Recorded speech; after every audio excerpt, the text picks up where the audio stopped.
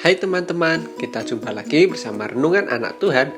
Di hari yang ke-73 ini, judul renungan kita adalah Kesungguhan Paulus.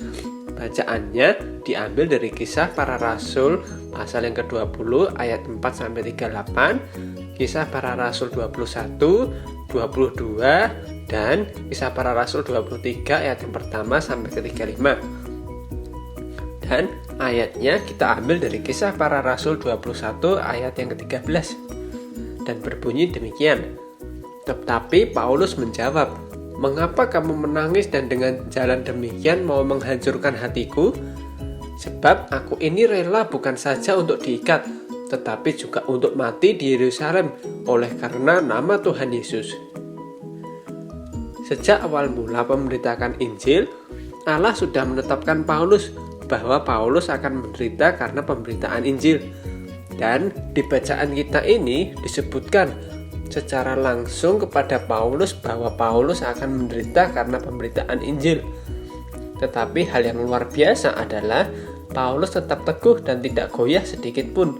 Justru orang lain yang mendengar hal tersebut tentang penderitaan Paulus menangis. Lalu Pauluslah yang justru menguatkan mereka. Kita bisa melihat bahwa Paulus benar-benar mendedikasikan seluruh hidupnya kepada Tuhan Yesus sejak dia bertobat. Lalu bagaimana dengan sikap kita? Kita pun juga harus tetap sungguh-sungguh di dalam Tuhan setiap hari.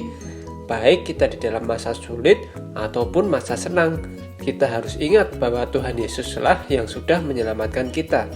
Sehingga kita tidak perlu lagi takut terhadap pemberitaan-pemberitaan tentang masa depan yang buruk ataupun hal-hal yang buruk yang sedang terjadi saat ini.